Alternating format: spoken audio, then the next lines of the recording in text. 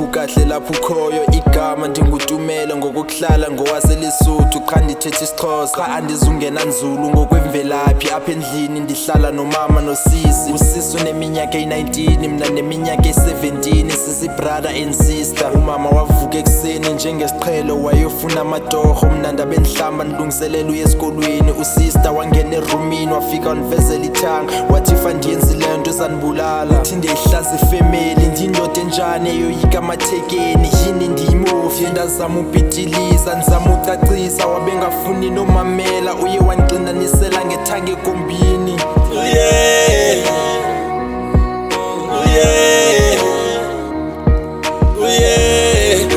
wanibamba mina wandibeke khonene wandivezela amathanga mina I had no choice kuba yena mandla choice kumebezenzela